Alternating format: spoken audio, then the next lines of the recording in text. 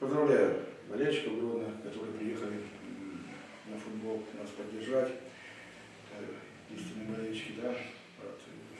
Что касается игры, то не совсем получилось у нас с первых минут первый тайм, когда мы отдали мяч Ислачу, много было брака, но мы как бы перетерпели те не очень хорошие моменты, которые у нас не получалось в игре. Поэтому первая половина игры прошли такие, даже могли быть безопасных моментов, такие качели. И вот впервые внесли коррективы, и думаю, что второй тайм мы играли так, как должны были, планировали сыграть всю игру. И думаю, победа, в принципе, нам вполне заслуженная.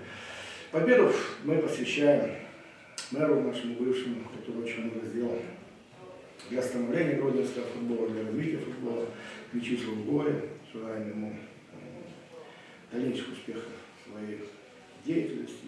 Ну, ребята просили передать привет и посвятить победу. А так, поздравляю свою команду победы. Мы обыграли достаточно серьезного и неуступчивого соперника, тем нам сильнее. Спасибо, Евгений Николаевич. Есть ли вопросы? Пресс-бол.бай. Задачи на сезон не дали? У нас нет задачи на сезон. Задача на сезон выиграть, сыграть хорошо, выиграть по возможности следующий матч с вами. Я даже не знаю, что такое задача. Задачу можно решить. 2 плюс 2 это 4. Ставить задачи. Как будут у нас задачи ставили в прошлом году. Быть в пятерке, к сожалению, мы были 9-й, при очень хорошей игре. В прошлом году от нас отвернулась удача. Если удача будет на нашей стороне, то я думаю, что мы хотите, чтобы в тройке, мы постараемся. Есть еще вопрос? Да. Дмитрий Остапович, Заразим Занемы. С чем связана замена 2 опорников?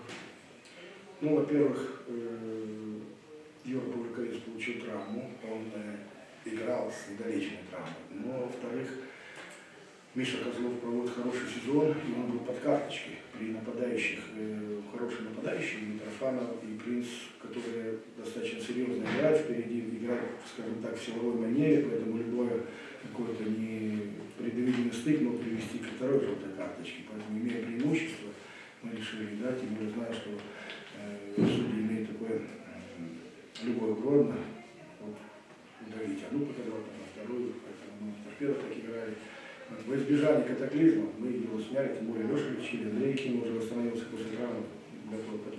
Они играли достаточно хорошо, особенно второй тайм. Еще один вопрос. У него на второй матч подряд не получается первый тайм.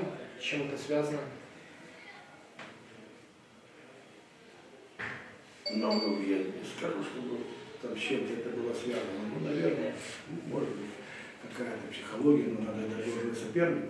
То есть соперник хорошо играл, но у нас прессинговал, накрывал, мы немножко неправильно выходили из-под прессинга. Когда впервые разобрались, какие-то моменты, которые надо было исключить, у нас все получилось.